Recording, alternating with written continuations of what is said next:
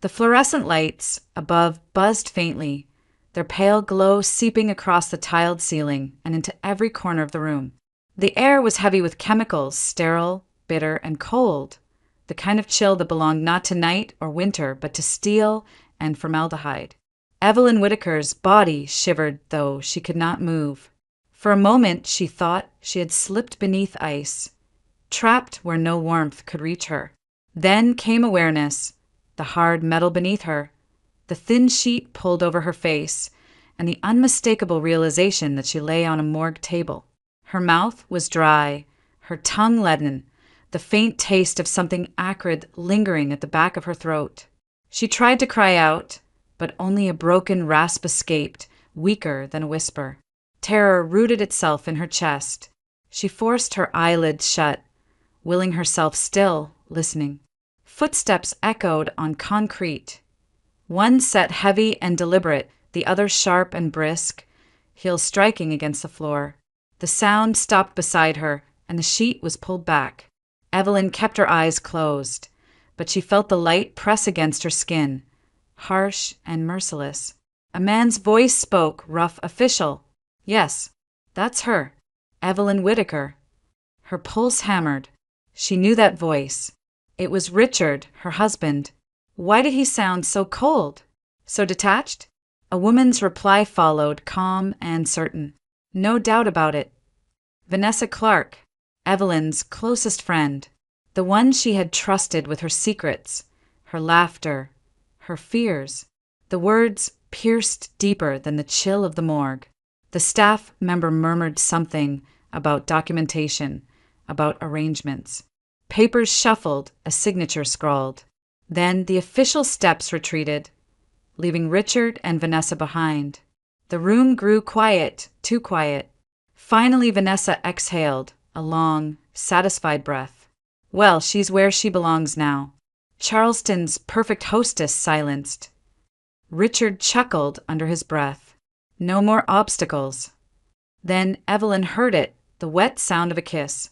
Her chest tightened. Blood rushed in her ears. No, not possible. Not Richard and Vanessa. The conversation that followed stripped away every last shred of denial. They spoke of her estate, her assets, the way a closed casket would prevent questions. They talked about how quickly the burial should happen, how convenient her sudden death was. Each word dropped like a nail into her coffin. Evelyn wanted to scream, to sit up, to strike them both across the face. But her limbs were heavy, her breath shallow. The drug still coursed through her veins, paralyzing her body while her mind remained awake. Closed casket, Richard repeated firmly. Safer that way. No one needs to look too closely. Tomorrow she's in the ground. Vanessa laughed softly, cruelly. And then we can live, really live. The sound of them together twisted Evelyn's stomach. These were not strangers conspiring. This was her husband, her friend, two people she had trusted more than anyone else. And they had tried to erase her. Her heartbeat thundered, but she forced her chest to rise slowly, evenly, as though breath no longer belonged to her.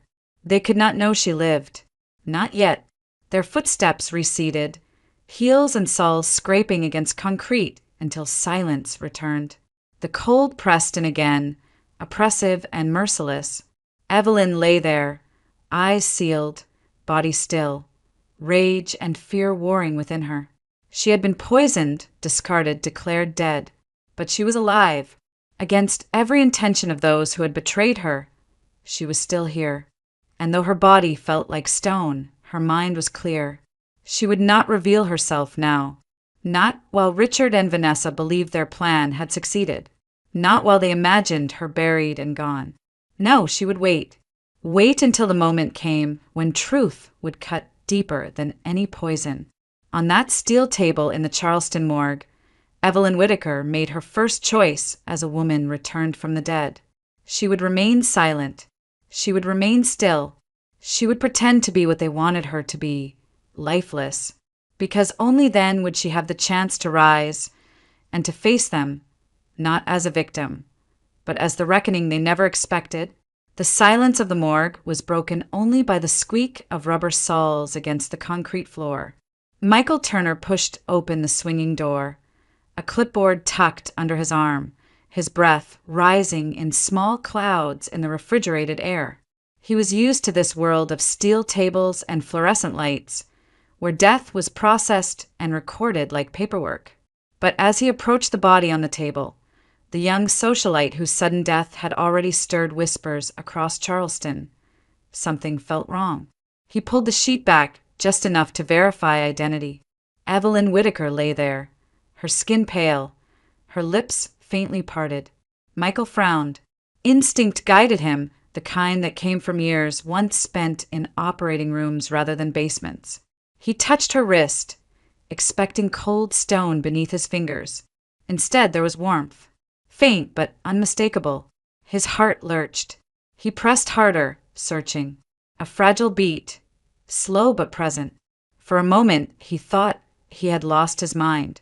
But then her chest moved ever so slightly, the barest flutter of breath. Michael dropped the clipboard, the clatter echoing too loud in the chamber. He leaned close. "Ma'am," he whispered, hardly expecting an answer. A sound escaped her throat, dry and broken. "Please," the word cracked like brittle glass. "Don't tell him." Michael froze. This was no corpse. She was alive, aware, pleading. He glanced toward the door, then back to her. "Stay still," he whispered urgently. His mind raced through training long buried. The shallow respirations, the rigidity of her muscles, the weakness in her voice. It was not death. It was paralysis, drug-induced. He had seen it before in the days when he was Dr. Michael Turner, anesthesiologist. Before a colleague's betrayal cost him his career, his license, his life as he had known it. His pulse thundered.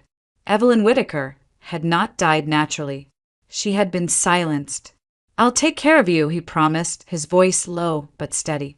"But you must not move. Not a sound." Step by step he worked.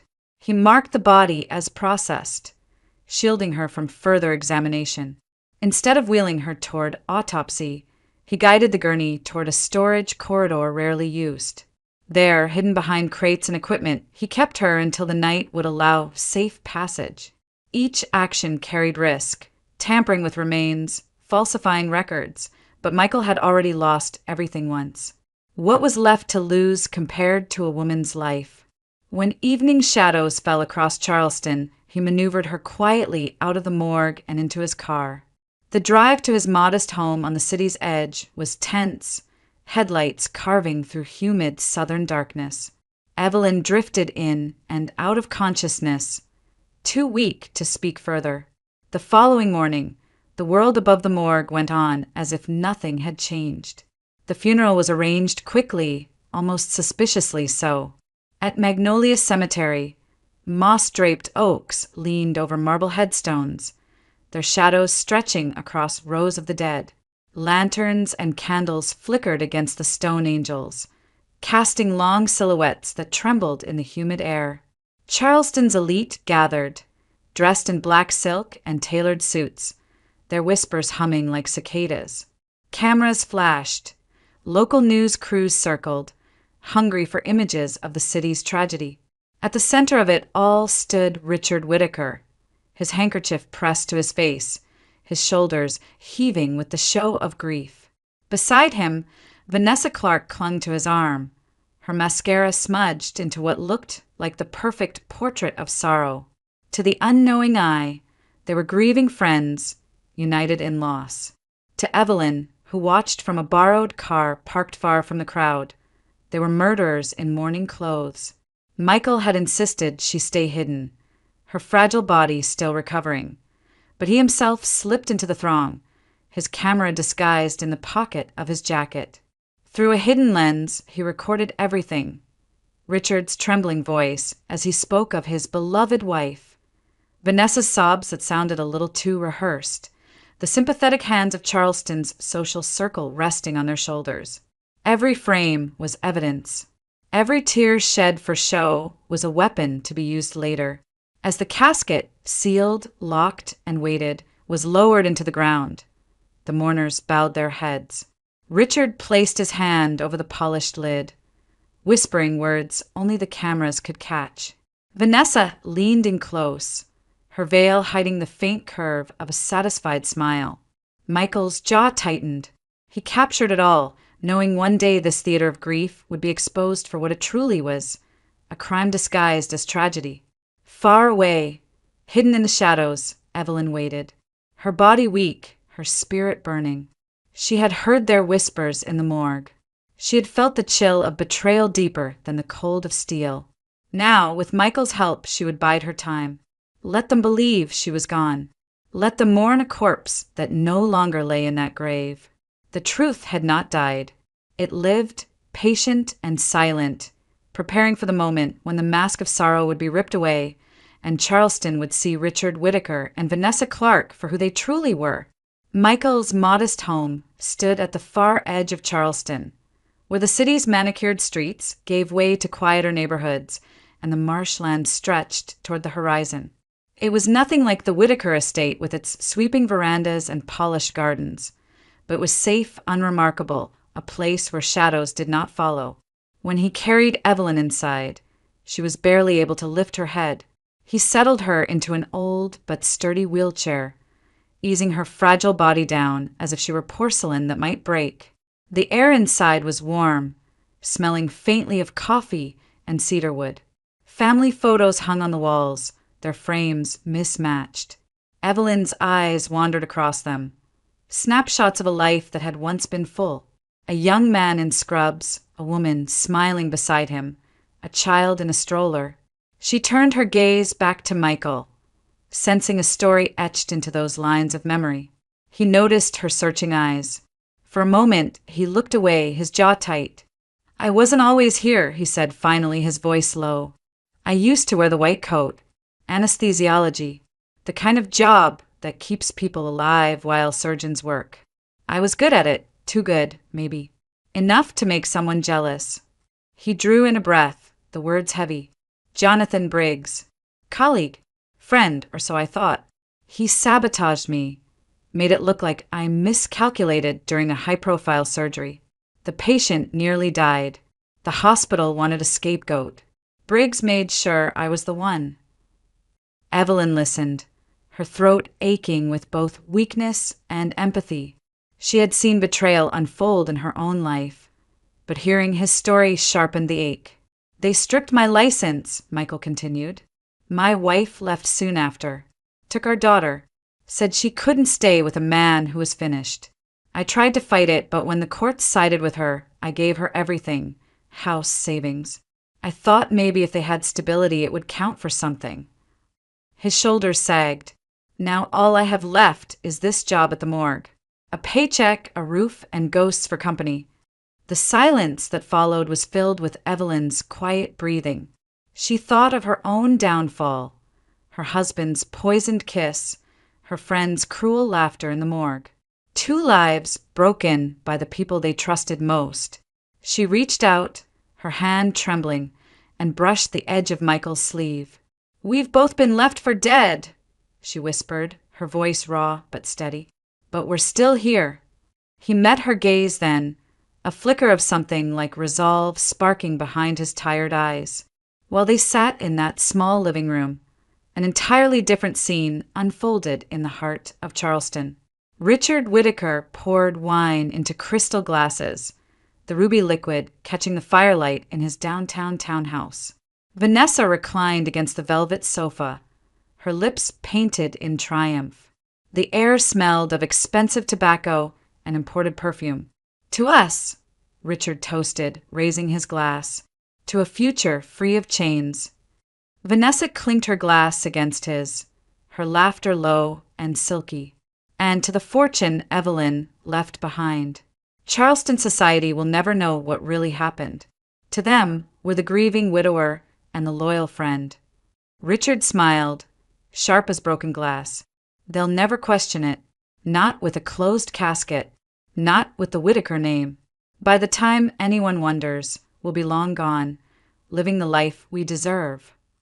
They leaned closer, their voices dropping into conspiratorial whispers about properties to buy, travels to take, luxuries to indulge. Each word dripped with greed, a twisted celebration of what they believed was victory. Back in the quiet refuge of Michael's home, Evelyn clenched the arms of the wheelchair, her nails pressing into the worn wood. She could almost hear their voices echoing through memory, laughing over her grave. Rage burned beneath her ribs, but she did not cry out. Not yet. Instead, she swallowed her tears, her jaw tightening. Her strength was not in shouting, but in silence and waiting. They thought her gone, erased, forgotten beneath moss and marble. Let them think it. Let them bask in their stolen triumph. Because when the time came, her return would strike harder than any poison. And justice, long delayed, would not be denied. Michael worked methodically, his hand steady as he filled a small vial with Evelyn's blood. He had pulled together the equipment quietly, without the morgue's knowledge, his actions shielded by the years of training that still lingered in muscle memory. The crimson liquid swirled as he capped the tube, sealing inside it both a mystery and a weapon. "I have a friend," he told Evelyn as he slipped the vial into a padded envelope. "Henry Collins, toxicology specialist. We went through residency together. If anyone can tell us what they used on you, it's him." Her voice was weak but sure. "And if it proves Richard poisoned me, then we'll have more than suspicions. We'll have evidence," Michael answered. He pressed the package shut, his jaw tightening. "And evidence speaks louder than tears." Evelyn lowered her eyes, the memory of her last evening with Richard flooding back unbidden. She had prepared a quiet dinner, hopeful it might soften the distance that had been growing between them. He had poured the wine, his smile charming, his words gentle. They had eaten strawberries and pineapple he had sliced himself. She had laughed at something trivial. Then the world had tilted. The glass slipped from her hand, shattering across the hardwood floor, and blackness swallowed her. Now she understood that moment for what it was, the beginning of her end. Michael noticed the shadow that crossed her face, but he didn't press. Instead, he slipped out later that morning, envelope in hand, making his way through Charleston's sun-drenched streets toward the post. The city buzzed with its usual rhythm, carriages rolling past tourists, church bells marking the hour. But Michael carried the quiet weight of secrets too heavy for daylight. Near the corner of King Street, he was stopped by a soft voice. "Sir, spare some change." A young woman stood there, her clothes worn thin, her scarf sun-faded. Beside her was a boy, perhaps 10 years old, clutching her hand with solemn eyes the color of amber. Michael reached into his pocket automatically, pulling out a few bills. "Here," he said gently, "get yourselves something to eat." The woman gave a grateful nod, but the boy stepped forward before she could speak. His small fingers wrapped around Michael's wrist, cool and certain. His gaze deepened, as though he were staring not at Michael's face, but through it, into some invisible current. "Don't go to work today," the boy whispered. His voice carried none of a child's hesitation. "Danger is waiting." Michael blinked. "What?" The boy's grip tightened, and for a moment Michael felt a chill run down his spine. "Please," the boy said again, his tone strangely old, heavy with warning. "Don't go." The woman touched the boy's shoulder quickly, murmuring, "Sammy!" But the boy, Samuel Miller, looked at Michael one last time, his words firm. "Stay away. If you go, something will happen." Michael stood frozen on the sidewalk, heart pounding. He wanted to dismiss it as nonsense, a child's play at fortune-telling. Yet something in Sammy's eyes unsettled him, something that felt less like imagination and more like truth.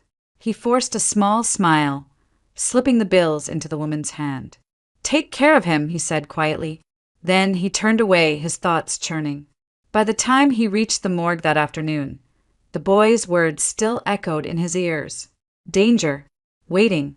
He shook his head, telling himself fear was a luxury he couldn't afford.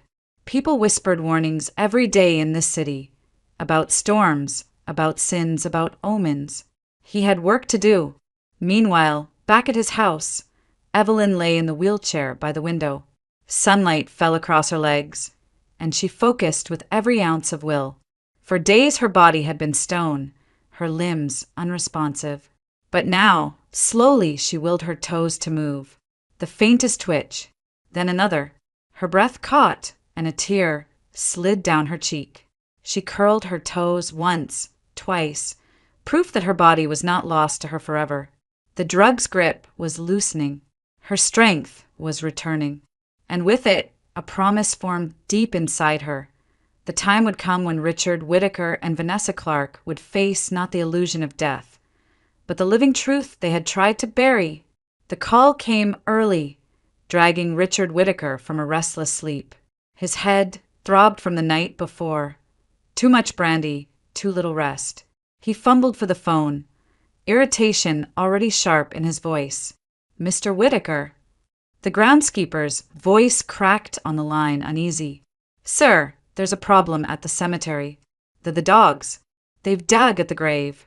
They won't leave it alone." Richard sat up, suddenly alert. "What are you babbling about?" I didn't want to bother you, but the soil's disturbed. I swear, it looks like they've reached the coffin." A flush of heat rose in Richard's chest. "Stay put. Don't touch a damn thing. I'll be there in 20 minutes. He hung up, his hands trembling as he dressed. Vanessa stirred in the sheets, her voice drowsy and annoyed. "What now?" "Nothing," he snapped. "Go back to sleep." The drive through Charleston's morning mist felt endless. Spanish moss draped from the oaks, swaying in the salt air. When he arrived, the cemetery was silent but for the caw of distant crows. The groundskeeper stood pale and nervous, pointing toward the disturbed earth. Richard dropped to his knees, clawing at the soil with his bare hands. Mud caked his fingers as he tore it away. The coffin soon appeared beneath the thin layer of dirt. Its lid splintered where claws had scraped. His breath quickened. With a groan of effort, he forced it open. Inside, there was no body, no Evelyn, only burlap sacks filled with sand, neatly stacked to mimic the weight of flesh and bone. The world tilted, his vision blurred. A guttural sound escaped his throat as he staggered back. She was alive. She had to be. He pressed his fists to his temples, panic thundering in his skull. Evelyn Whittaker, the wife he had poisoned, was not in her grave. If she wasn't there, then she was somewhere, and someone had helped her. One name rose in his mind like a blade: Michael Turner. The morgue attendant. It made sense, too much sense. The man had been alone with Evelyn's body before burial, had every chance to interfere. Richard's jaw clenched. Turner had tricked him, stolen what should have been finished. By the time he left the cemetery, he was already planning. He would find this man. He would find where he lived, what he knew. And then he would finish what he had started. Across town, Michael's phone buzzed as he finished his shift. He slipped into the staff hallway to answer. "Michael, it's Henry Collins." The voice on the line was brisk, but beneath it lay a current of unease. "I ran the analysis you asked for. You were right to send it to me." Michael's pulse quickened. "What did you find?" "There are traces of a neuromuscular blocker in the blood sample, a paralytic, the kind we use in anesthesiology. This isn't over-the-counter, Michael. It's hospital stock, controlled substances. Someone diverted it." Michael closed his eyes, exhaling slowly. Henry continued, his tone grave. "And listen, this batch could only have come from one place. Charleston General's surgical pharmacy. You know who runs that program now, don't you?" A name that tasted of bitterness rose immediately. Dr. Jonathan Briggs. Michael's hand tightened on the phone. Once, Briggs had been his colleague. Once, he had orchestrated the ruin of Michael's career. And now, somehow, Briggs's name was tied to Evelyn's poisoning. "Michael," Henry said firmly, "this isn't just malpractice. This is attempted murder. Be careful. If Briggs knows you're digging, he won't sit quietly. Michael hung up, his mind reeling. Pieces of the puzzle were sliding into place. Evelyn had not been struck down by chance. Richard had poisoned her. Briggs had provided the means. And Vanessa had stood at his side, ready to inherit the life Evelyn was meant to live. In Michael's living room, sunlight streamed across the wheelchair where Evelyn sat, her eyes fixed on the garden beyond. She flexed her toes again, stronger this time, her lips curving with fragile hope. Each movement was a step back from the grave they had tried to place her in. Neither she nor Michael knew yet that Richard had seen the empty coffin, that suspicion had already narrowed onto them like a predator's gaze. The game had shifted. Evelyn was no longer a dead woman waiting to be forgotten. She was a living secret, and secrets in Charleston's old cemeteries and whispered parlors had a way of coming back to life. Richard Whittaker had always prided himself on control. He controlled business deals, the flow of money, the image of a perfect marriage. Even Evelyn's death, neatly orchestrated, quietly executed, had been another piece of order in his carefully drawn life. But control was slipping now, cracking like porcelain dropped on stone. The address hadn't been hard to find. A few discreet questions in the right places, a small payment slipped to someone at the hospital, and Michael Turner's residence came to light. Richard parked down the street, engine off, the humid Charleston air heavy around him. Spanish moss swayed gently from the trees, concealing him in dappled shadow. He lifted the binoculars he had brought, trained them on the modest house. His pulse spiked when the curtains shifted. A woman's silhouette moved into view, seated in a wheelchair. Pale skin, graceful hands gripping the armrests. Even from a distance, he knew. Evelyn. Alive. His breath caught. For a moment, the world tilted the way it had when he opened that coffin. He rubbed his eyes as though clearing an illusion. But when he looked again, she was still there, thin, fragile, but undeniably living. No, he muttered, gripping the steering wheel until his knuckles whitened. It's not possible.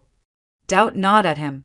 He remembered the night of the poisoning, how carefully he had measured the dose Briggs had procured. He had watched her glass tip, had seen her collapse. He had felt certain she was gone. And yet here she was, a ghost breathing behind a stranger's window. Inside the house, Evelyn sat in silence, the soft creak of the wheelchair the only sound as she adjusted her position. The air smelled faintly of antiseptic and brewed coffee. Michael's attempt to mask the lingering scent of the morgue on his clothes.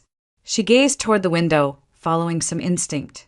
When her eyes landed on the street, a chill passed through her. She could not see clearly, but she felt it.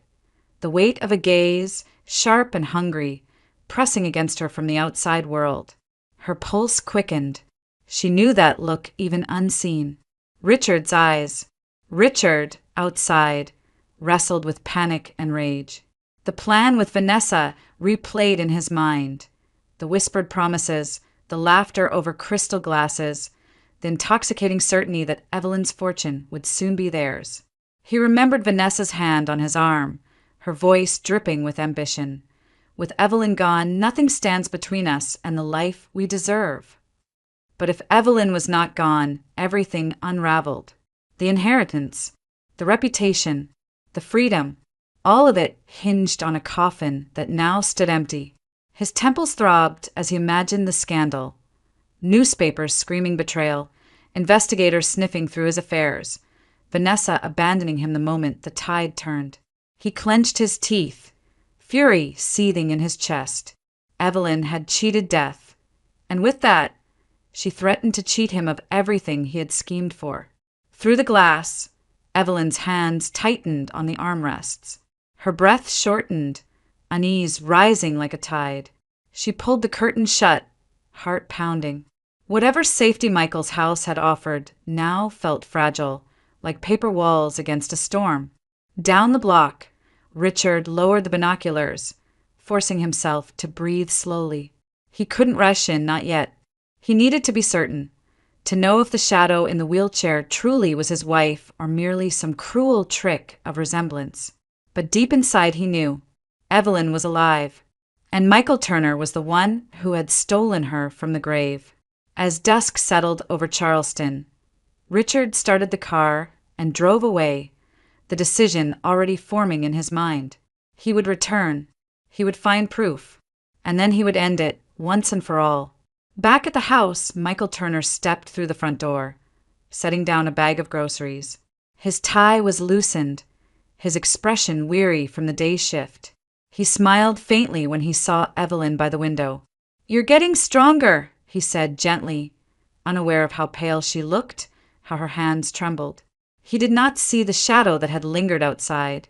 He did not know the danger that had already taken root at his doorstep. But Evelyn did. Her voice was too weak to warn him, her lips too heavy to form the words. All she could do was watch him move through the kitchen, her unease coiling tighter with each passing second. The predator had found their hiding place, and the fragile calm they had built was about to break. The night settled heavy over Charleston, the air thick with the briny scent of the nearby marshes. Michael had gone to his small study, leaving Evelyn resting in the living room, the glow of a lamp casting soft light across her fragile frame. She had begun to regain some strength in her hands, but her legs remained stubbornly weak. Each creak of the old house unsettled her, yet she told herself it was only the wind brushing the shutters, the familiar groan of wood in the southern humidity. But outside, another presence lurked. Richard Whittaker slipped through the shadows with the silence of a predator. His tailored jacket was gone, replaced by dark clothes that blended into the night. In his right hand, a knife gleamed faintly beneath the porch light before he slid it into his sleeve. His face was set in grim determination. He had not come for answers. He had come to finish what should have been finished days ago. The back door was locked, but locks meant little to Richard. With a firm twist and push, the old frame gave way. He moved into the kitchen, the faint scent of coffee and lemon cleaner betraying the life that pulsed inside this modest home. His eyes narrowed as he listened for movement. Then he saw her. Evelyn sat in the wheelchair near the window, her profile illuminated by lamplight. Alive, real. The proof of his failure seared him with rage. All of Charleston could have been sleeping, but in that moment the world shrank to the distance between him and her. She sensed him before she saw him, the prickle of awareness along her skin, the heaviness in the air. When her eyes flicked toward the kitchen doorway and caught the silhouette of the man she had once called husband, her breath caught in her throat. "Richard!" Her voice broke, half whisper, half accusation. He stepped forward, the knife sliding free from his sleeve. His smile was cold, feral. "You should have stayed dead." Before he could close the distance, a blur of fur lunged between them. Rusty, Michael's loyal dog, teeth bared, hurled himself at Richard's arm. The knife slashed downward, meeting flesh. The dog yelped but did not release, clamping onto Richard's wrist with desperate loyalty. Richard roared, shaking his arm violently. The blade struck again, this time piercing Rusty's side. Blood darkened the fur instantly, dripping onto the hardwood.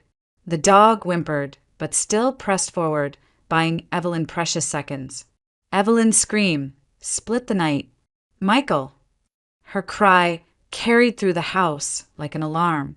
Papers scattered as Michael shot from his chair in the study, the sound of struggle and the desperate bark guiding him. He burst into the room, his eyes landing on the nightmare unfolding. Richard towering over Evelyn, Rusty bleeding at his feet, the knife raised again. "Get away from her!" Michael charged. The collision was brutal. The two men crashed against the wall, the knife clattering to the floor before Richard snatched for it again. They grappled, fists landing with sickening thuds. Richard's strength was fueled by panic and fury, Michael's by righteous desperation. Evelyn could do nothing but watch, her heart slamming in her chest, every breath a prayer that Michael would not fall. With a surge, Michael twisted Richard's arm back, slamming his wrist to the floor until the knife slipped free. He kicked it out of reach, then pinned Richard against the wall, his voice raw. "It's over." But Richard thrashed wildly, spitting venom. "You'll regret this. She belongs in the ground." Michael didn't waste another word. With his free hand, he reached for the phone on the table, dialing with frantic precision. 911, he barked. "Intruder with a weapon. Send units now." Evelyn's tears spilled as she pulled herself from the wheelchair enough to reach Rusty. The dog lay bleeding, his breath shallow but defiant. She pressed her hands to his wound, whispering broken pleas. "Stay with me. Please, Rusty. Don't leave me, too." Sirens wailed in the distance, the sound cutting through the humid night. Within minutes, flashing blue and red lights washed over the windows. Officers stormed through the front door, weapons drawn. Michael raised his hands, instantly stepping back. Richard was dragged away, cursing, his face contorted with the fury of a man watching his empire collapse. "Attempted murder," one officer muttered as the cuffs locked around Richard's wrists. "He's not talking his way out of this." The room quieted, save for Evelyn's sobs and Rusty's ragged breathing. Michael knelt beside them, his hand steady over hers as she tried to staunch the bleeding. Together, they held the trembling dog, blood seeping between their fingers. For a moment, nothing else existed, not the betrayal, not the danger, not even the flashing lights outside. Only Evelyn clutching Rusty, whispering love and desperation into his fur, while Michael's hand anchored hers. The confrontation was over. Richard Whittaker was in chains, but the cost lay heavy on the floor, bleeding and fragile. The night had delivered justice and fear in equal measure, leaving Evelyn gasping in the wreckage of survival. In the sterile gray of an interrogation room, Richard Whittaker sat with his hands cuffed to the table. His once polished appearance was ruined, shirt wrinkled, hair damp with sweat, eyes bloodshot from a sleepless night. Across from him sat two detectives, their voices steady, their questions unrelenting. "You poisoned your wife," one said flatly, sliding a photo across the table. Evelyn, alive, her pale face caught in a hospital light. "She's not dead, Mr. Whittaker, and your plan has already unraveled." Richard clenched his jaw, lips pressed so tight they turned white. He wanted to deny, to sneer, but every piece of his scheme was collapsing. The morgue footage, the toxicology report, the knife found in Michael Turner's home. Too many walls closing in. "Tell us about Vanessa Clark," the detective continued, leaning closer. "Your wife's best friend, the one you were seen with before and after the funeral." Richard's mask cracked. His eyes flickered and the silence stretched. When he finally spoke, it was not with bravado, but with the desperate resignation of a man cornered. "She knew. She helped. And Briggs, he's the one who got me the drugs." The confession was recorded, every word sealing his fate. By the end of the week, Charleston hummed with scandal. Vanessa Clark, once welcomed in the drawing rooms of the city's elite, found doors slamming shut. Her face, once adorned with society page smiles, appeared instead in headlines dripping with disgrace. Socialite Mistress exposed in poisoning plot. Invitations vanished. Friends turned their backs. She walked down King Street with her head low, whispers trailing her like a second shadow. Dr. Jonathan Briggs fared no better. Federal investigators descended on Charleston General Hospital, digging through pharmacy logs, Pyxis machine records, and security footage. The evidence was damning. Restricted anesthetics signed out under his name, vials missing without explanation. He was suspended immediately, his license under review, his career dangling by a thread. What had once been his triumph, ruining Michael Turner, now became his undoing. Henry Collins's toxicology report stood at the center of it all. His affidavit outlined clearly the presence of a paralytic agent, one that could only have been obtained through hospital channels. In the hands of police and prosecutors, it was irrefutable proof. The case was no longer rumor or suspicion. It was fact, documented and undeniable. Meanwhile, in the quiet refuge of Michael's home, Evelyn's recovery unfolded in small victories. The first time she stood from the wheelchair, her knees trembling, Michael steadied her by the arm. Tears burned her eyes as she took a step, then another, each one a defiance against the grave that had been prepared for her. "I thought I'd never walk again," she whispered, her voice breaking with emotion. "You were never meant to stay down," Michael replied softly. Her strength grew daily, muscles awakening, spirit unbroken. She had been betrayed, nearly buried alive, but she would not let Richard or Vanessa define her life. News reached Michael soon after. The hospital wanted to meet. He returned to Charleston General not as an attendant, but as a man restored. The board, once skeptical, now acknowledged the truth: he had been wronged. They offered reinstatement, his license renewed. His title of anesthesiologist returned. The same halls that had cast him out years ago now opened their doors again. When he walked through them, coat crisp and head high, it was more than a job reclaimed. It was dignity, redemption. The proof that justice had begun to shine through cracks long hidden. In Charleston's oak-lined streets, whispers still circled, but they told a different story now.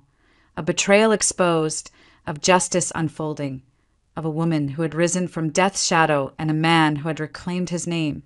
For Evelyn and Michael, the war was not yet over, but for the first time the balance had shifted. Truth was no longer buried. It stood in the open, undeniable, pointing toward a reckoning that could no longer be delayed. And in that light, Evelyn felt the faint but steady pulse of justice. Slow, deliberate, but finally undeniably alive. The weeks after Richard's arrest moved in waves, long, heavy days punctuated by moments of fragile hope. Evelyn remained at Michael's home, her body recovering with slow determination, while Charleston seemed to pulse with the echo of scandal. The Whitaker name, once spoken with admiration in polished parlors, now carried the sting of betrayal. Michael often found her sitting by the window in the evenings, the light of dusk painting her face in soft gold. She had grown stronger, able to stand with only minimal support. Sometimes she walked across the room, her steps shaky but defiant. Every stride was a declaration that she had been buried too soon, that she had risen when no one expected her to. One evening, as cicadas sang outside, Michael sat across from her. He had brewed tea, the steam curling upward between them. For a long time, they said nothing, the silence speaking of battles fought and scars left behind. Then Evelyn's eyes met his. "You lost everything once," she said gently. "Your career, your family, because someone chose to destroy you." Michael's gaze lowered to the cup in his hands. "And you lost everything because the people closest to you chose greed over love." He paused, then looked back at her. "But we're still here, Evelyn. Somehow we're still standing." She reached across the table, her fingers brushing his. The contact was tentative, yet steady, a bridge built from shared pain and hard-won trust. For the first time in years, both allowed themselves to imagine a future not defined by betrayal. Rusty, too, fought his way back. The night of Richard's attack had left him bleeding and broken, but the veterinarians at the local clinic worked tirelessly. Michael and Evelyn visited every day, Evelyn wheeling herself down the sterile hall until the day Rusty limped out on his own, tail wagging weakly. When he pressed his muzzle into her lap, Evelyn wept openly, burying her hands in his fur. "You saved me," she whispered into his ear. "Now we've saved each other." The dog became more than a pet. He was a symbol of loyalty that no betrayal could tarnish, a reminder that courage sometimes came in fur and fangs. Beyond the quiet walls of Michael's home, justice continued its course. Richard sat in county jail, facing charges that would almost certainly lead to decades behind bars. No fortune, No reputation. No allies remained to shield him. Vanessa Clark fled Charleston soon after, unable to withstand the stares and whispers that followed her through every street. The city that once celebrated her beauty now spat her name like poison. She disappeared into anonymity, her fall as swift as her ambition had been ruthless. Dr. Jonathan Briggs, once untouchable in the hospital hierarchy, stood before the medical board stripped of his license. His career ended in disgrace, his name marked forever as a cautionary tale of arrogance and deceit. Charleston society, so quick to gossip, now spoke of Evelyn with something like reverence. She had returned from the grave, not in rumor, but in truth. And in her return, lies had been dragged into the light. One evening, as the cicadas quieted and the first stars blinked awake, Evelyn stood in the garden. The wheelchair had been pushed aside. Michael watched her from the porch, pride softening his features as she walked slowly across the grass, Rusty padding loyally at her side. She stopped, lifting her face to the night sky, breathing deeply of the warm southern air. When she spoke, her voice was steady, clear, carrying across the stillness. Justice may come late, but when it arrives, it speaks loud enough. The words lingered, hanging in the air like a benediction. Michael felt the weight of them settle in his chest, not heavy, but grounding. He knew she was right. Justice had not shouted, it had not stormed. It had come quietly, inevitably, like dawn after a long night. Together, they had crawled from the shadows of betrayal into something resembling hope. Their wounds remained, but so did their strength. The morgue, the coffin, the poison wine, these would always be part of their story, yet they no longer defined its ending. In that moment, under Charleston's sprawling sky, Evelyn and Michael allowed themselves to believe in beginnings. 6 months later, Charleston bloomed beneath spring sunlight, azaleas bursting pink and white against the wrought iron balconies and moss-draped oaks. The scandal that had once consumed the city had faded into whispers, and in its place a quieter story began to take root, a story of survival, of healing, and of love rediscovered. In a small chapel tucked away on the edge of town, Evelyn Whittaker stood at the altar. She wore no extravagant gown, only a simple ivory dress that flowed gracefully to the floor. Her hair, soft and loose, framed a face no longer haunted by weakness, but by resilience. Michael Turner stood opposite her, his suit plain, his expression steady, yet moved in ways words could not capture. The ceremony was brief. A handful of friends, a few colleagues from the hospital, and Henry Collins, who had stood by them with truth when lies threatened to drown them.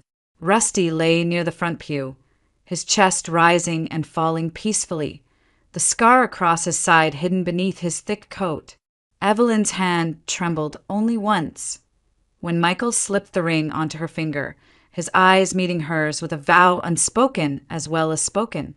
There were no grand speeches, no orchestrated performances, only two people who had been broken in different ways, choosing to stand together, stronger for the cracks that had let the light in.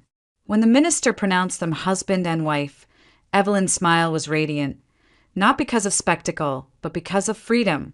Freedom to live without fear, freedom to love without betrayal shadowing her steps. Weeks later, Evelyn and Michael walked through the sunlit halls of a Charleston orphanage. The scent of chalk and fresh laundry mingled with the laughter of children echoing down the corridors. Evelyn's heart tugged with every giggle, every small face that peeked curiously from behind doors. Then she saw him. Sammy Miller sat on a bench, a book too large for his small hands resting in his lap. His eyes lifted as they approached, and for a moment Evelyn swore the world held still. Michael crouched down, his voice soft but warm. "Do you remember me?" he asked. Sammy's eyes lit with recognition. "You're the man I told not to go to work." His tone was matter-of-fact, as though no time had passed at all. Michael's throat tightened. He nodded, unable to speak at first. Evelyn knelt beside him, her hand brushing gently over Sammy's hair. "You saved him that day," she whispered. "And in a way, you saved me too. The boy looked between them, something fragile flickering across his face. Hope, tentative and longing. Evelyn felt the rush of it in her chest, sudden and overwhelming. She looked at Michael, who was already looking back at her. In his eyes, she saw the answer to the question she had not yet spoken. Later that week, papers were signed. Background checks and home studies were expedited, the process moving with surprising grace, as though even the system itself understood what was meant to be. When Sammy walked out of the orphanage doors with a small suitcase in hand, Rusty bounding ahead to greet him, Evelyn's eyes blurred with tears. "Welcome home," Michael said, his voice breaking as he placed a hand on the boy's shoulder. Sammy smiled, shy but bright, as Evelyn knelt to embrace him. "You have a family now," she whispered into his ear, "and we'll never let you go."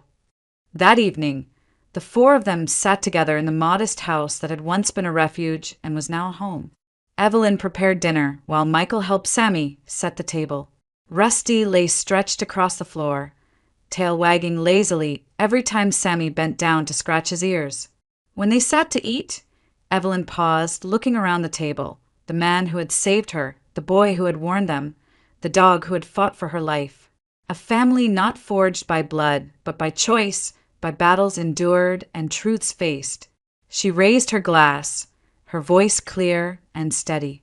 Justice and love outlast betrayal. Even from death's shadow, life can begin again. Michael lifted his glass in return, his eyes shining. Sammy followed, grinning, his glass of milk raised high.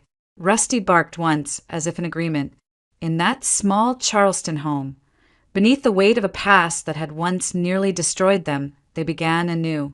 And this time it was not with secrets or betrayal, but with the simple, enduring strength of love.